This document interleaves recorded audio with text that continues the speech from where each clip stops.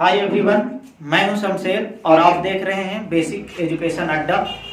आज के प्रथम एपिसोड में हम लोग पढ़ने वाले हैं लैंग्वेज किस प्रकार से आगे बढ़ता है इसके बारे में। और हम लोग ये भी पढ़ेंगे कि अल्फाबेट क्या है, एक लेटर एक वर्ड के बराबर होता है या नहीं होता है, एक वर्ड से एक सेंटेंस बनता है या नहीं बनता है, ये भी पढ़ेंगे।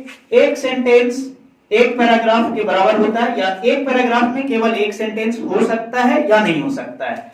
और वॉवेल लेटर के बारे में पढ़ेंगे और ये भी पढ़ेंगे कि क्या वाई वॉवेल है या नहीं, कॉन्सोनेंट लेटर किसे कहते हैं और ए और एन का प्रयोग क्यों होता है, और केवल ए का प्रयोग क्यों नहीं हो सकता है या केवल एन का प्रयोग क्यों नहीं हो सकता है, और पैनग्राम क्या है, ये भी हम लोग इस पूरे वीडियो में पढ़ेंगे।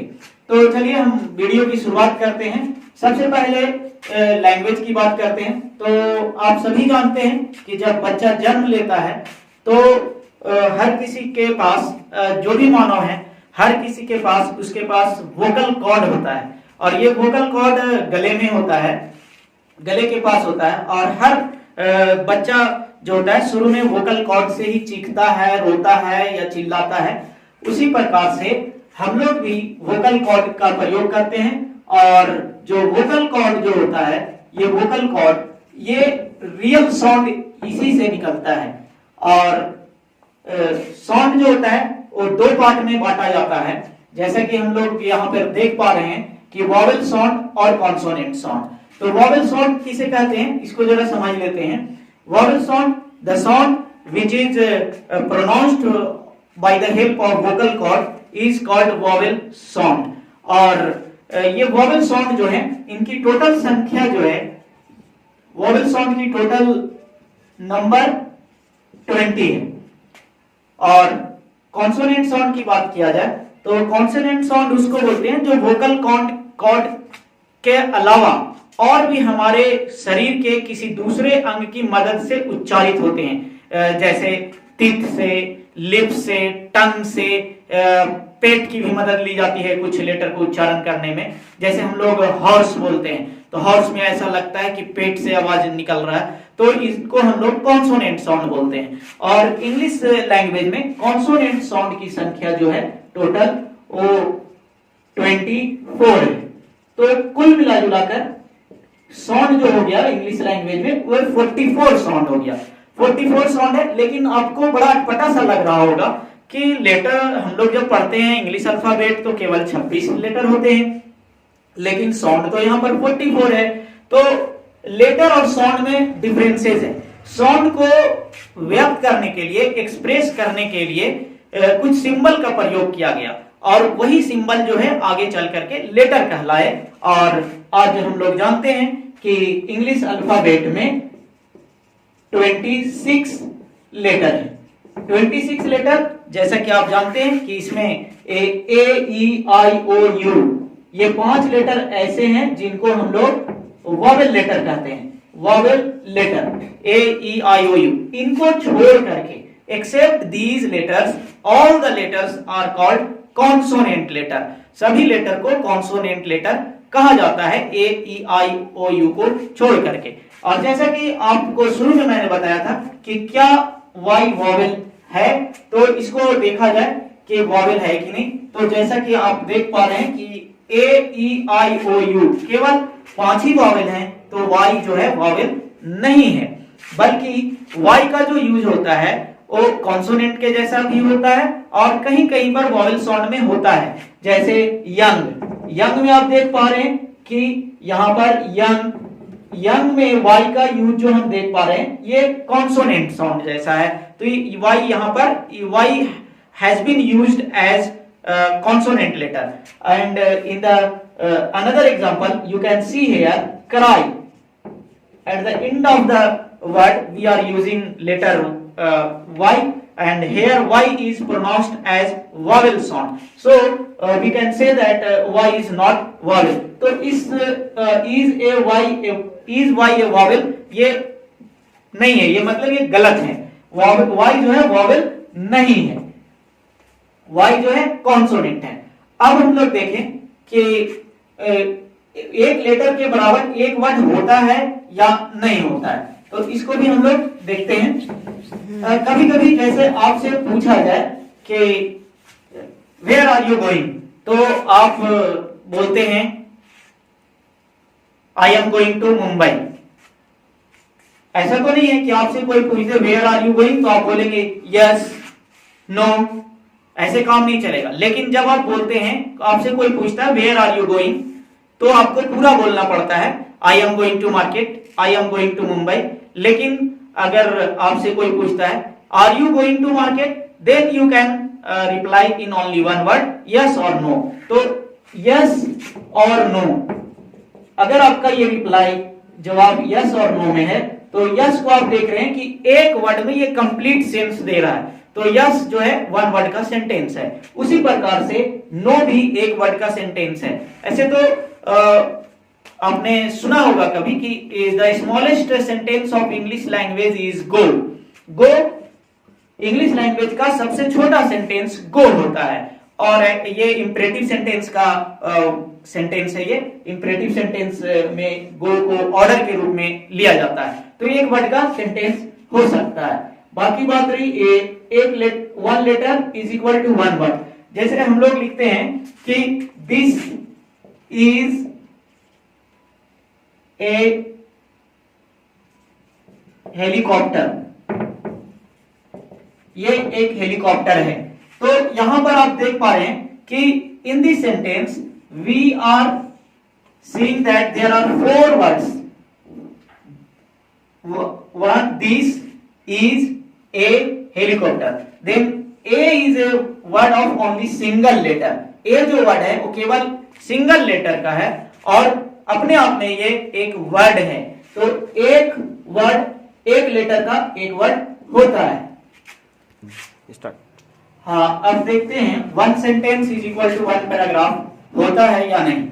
तो एक एग्जांपल यहां पर देखा जाए, I went to market, I met with my friend, after that we visited to the hotel. इसमें आप चेक कर पा रहे होंगे कि देयर आर थ्री सेंटेंसेस, तीन वाक्य हैं। I went to market, I met with my friend, after that we visited to the hotel. Next है having met with my friend in the market, we visited to the hotel। Second जो है ये भी एक paragraph है, but इसमें केवल एक सेंटेंस है, तो केवल एक सेंटेंस का भी पैराग्राफ हो सकता है। इस एग्जांपल से आप लोगों को क्लियर हो गया होगा। तो हमने जो पढ़ा कि एक लेटर में एक वर्ड, उसके बाद एक वर्ड में एक वर्ड का एक सेंटेंस हो सकता है। उसी प्रकार से एक सेंटेंस का एक पैराग्राफ भी हो सकता है। और हम लोगों ने वॉवेल लेटर के बारे में भी पढ़ा और देखा कि वाई वॉवेल है या नहीं, ये भी देखा। कॉन्सोनेंट लेटर भी हम लोगों ने देखा 21 है, जिसमें ए आई ओ यू को छोड़कर ए और एन पर अब हम लोग बात करते हैं। और ए और एन का प्रयोग कैसे होता है इसको देखते हैं।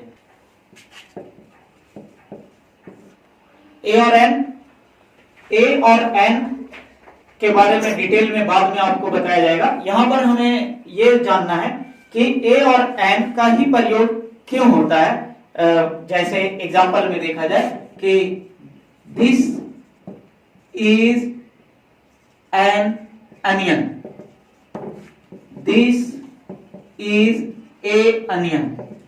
यह सेंटेंस किसी से भी आप पूछेंगे तो बताएगा कोई भी कि ऊपर वाला करेक्ट है, नीचे वाला रॉन्ग है। लेकिन अगर आदमी अपना जिद पे आ जाए और कहे कि आखिर यहाँ एन और ए हम एक क्यों नहीं लिख सकते हैं, तो हम लोगों ने पढ़ा है कि when a word starts with a vowel sound, जब एक वर्ड की शुरुआत वॉवेल साउंड से होती है तो हम लोग उसके साथ एन का प्रयोग करते हैं। और जैसा कि हम देख शुरुआत वॉवेल साउंड से होती है, तो दिस इज अ अनियन और दिस इज एन अनियन। हम लोग ओनियन पढ़ते हैं लेकिन रियल प्रोनाउंसिएशन अनियन है। तो यहां पर वॉवेल साउंड से शुरू हो रहा है इसलिए एन का यूज कर रहे हैं, और अगर कॉन्सोनेंट साउंड से शुरू होता तो हम लोग ए यूज करते हैं। जैसे यूनिवर्सिटी, यूनिवर्सिटी यहाँ पे यूं तो वॉवेल लेटर जरूर है, लेकिन उससे फर्क नहीं पड़ता, हमें साउंड चेक करना है। और इसका स्टार्टिंग साउंड हम देखेंगे तो आ रहा है यूनिवर्सिटी, या मीन्स कॉन्सोनेंट साउंड, इस कारण से यहाँ ए लगता है। लेकिन फिर भी ये सवाल है कि आखिर यहाँ पे एन ही क्यों, ए क्यों नहीं? तो इसका जवाब इस तरह से आप दे सकते हैं। जैसे आपने 6-7 क्लास में कभी पढ़ा होगा साइंस के क्लास में कि जब सैनिक एक साथ मार्च करते हैं और पुल पर पार होते रहते हैं तो वहां पे बताया जाता है कि कोई भी एक साथ नहीं चलेंगे, मतलब सीक्वेंस जो होगा वो अलग अलग हटाकर चलेंगे। ऐसा इसलिए होता है कि पुल टूट सकता है फ्रीक्वेंसी रिपीट होने के कारण। तो इन द सेम वे यहां पर क्या है कि आप अनियन में आप देख पा रहे हैं कि ये जो ओ का जो साउंड है ये वॉवेल साउंड है, और यहां पर हमारा एन देख रहे हैं तो ये वॉवेल साउंड है, और फिर यहाँ कॉन्सोनेंट साउंड है। और अगर हम इसको ओनियन दे दें तो यहाँ वॉवेल साउंड है, और यहाँ क्या हो जाएगा consonant sound, vowel sound, consonant sound. Onion का ओ वॉवेल साउंड दे रहा है और यहाँ पर ए भी वॉवेल साउंड दे रहा है। तो वॉवेल साउंड की फ्रीक्वेंसी जो है एक साथ रिपीट इम्पॉसिबल है, इस कारण से यहाँ पर एन का यूज ही सुटेबल है, और इस कारण से हम लोग अनियन के साथ एन यूज करेंगे, ए नहीं यूज किया जा सकता है। उसी प्रकार से जैसे आप देखें सिस्टर, तो अ सिस्टर होगा, एन सिस्टर नहीं होगा, क्योंकि यहां पर आपका कॉन्सोनेंट साउंड है और यहां पे भी ये वॉवेल साउंड है। तो दोनों साउंड डिफरेंसेस होने चाहिए, तभी हम यूज कर सकते हैं। अगर यहां पर हम एन प्रयोग कर देते तो एन जो होता कॉन्सोनेंट साउंड हो जाता, और फिर दोनों कॉन्सोनेंट साउंड रिपीट होता, जो इम्पॉसिबल है, एज जैसे कि फ्रीक्वेंसी रिपीट होना इम्पॉसिबल होता है। तो इस प्रकार से आप समझ गए होंगे कि एन का प्रयोग क्यों होता है और ए का प्रयोग क्यों होता है। अब अगला हमारा जो टॉपिक है वो है पैनग्राम। पैनग्राम किसे कहते हैं? तो ये अब देखते हैं पैनग्राम। तो पैनग्राम जो है ये एक ऐसा सेंटेंस होता है जिसमें अल्फाबेट के सारे लेटर को इंक्लूड किया जाता है। जैसे एक सेंटेंस है, the quick brown fox jumped over the lazy dogs. The quick brown fox jumped over the lazy dog. इस सेंटेंस में इंग्लिश अल्फाबेट के टोटल 26 लेटर प्रेजेंट हैं। आप देख सकते हैं, काउंट भी कर सकते हैं, और ऐसे सेंटेंस को हम लोग पैनग्राम कहते हैं। और भी इस तरह के सेंटेंस का एग्जांपल लेने के लिए आप गूगल कर सकते हैं। तो इस प्रकार से आज आपने समझा कि लैंग्वेज का जो शुरुआत होता है आदमी बर्थ से ही शुरू हो जाता है, जन्म लेता है, और उसके बाद उसके अंदर जो एक वोकल कॉर्ड होता है उससे यूज करता है। और उसके बाद हम लोगों ने देखा कि किस प्रकार से हमारे साउंड बनते हैं, वॉवेल साउंड और कॉन्सोनेंट साउंड, और हम इन दोनों साउंड का प्रयोग करते रहे हैं और कर रहे हैं। और आपने आगे देखा कि एक लेटर का एक वर्ड होता है, हो सकता है, एक वर्ड का एक सेंटेंस भी हो सकता है, और एक सेंटेंस का एक पैराग्राफ भी हो सकता है। और वॉवेल लेटर ए ई आई ओ 5 हैं, लेकिन अगर वॉवेल साउंड की बात की जाए तो टोटल 20 हैं इंग्लिश लैंग्वेज में। वाई वॉवेल है या नहीं? तो वाई वॉवेल नहीं है। कॉन्सोनेंट लेटर इंग्लिश लैंग्वेज में टोटल 21 है एक्सेप्ट वॉवेल। और अगर साउंड की बात की जाए तो इंग्लिश लैंग्वेज में टोटल 24 कॉन्सोनेंट साउंड है। और ए और एन को आपने देखा कि क्यों ए और एन का यूज हो रहा है, और पैनग्राम क्या है। तो आप लोगों ने इतना सारा चीज कवर किया। इसी के साथ मैं इस वीडियो को समाप्त करता हूं। Thanks for watching this video, that's all. सारा चीज कवर किया।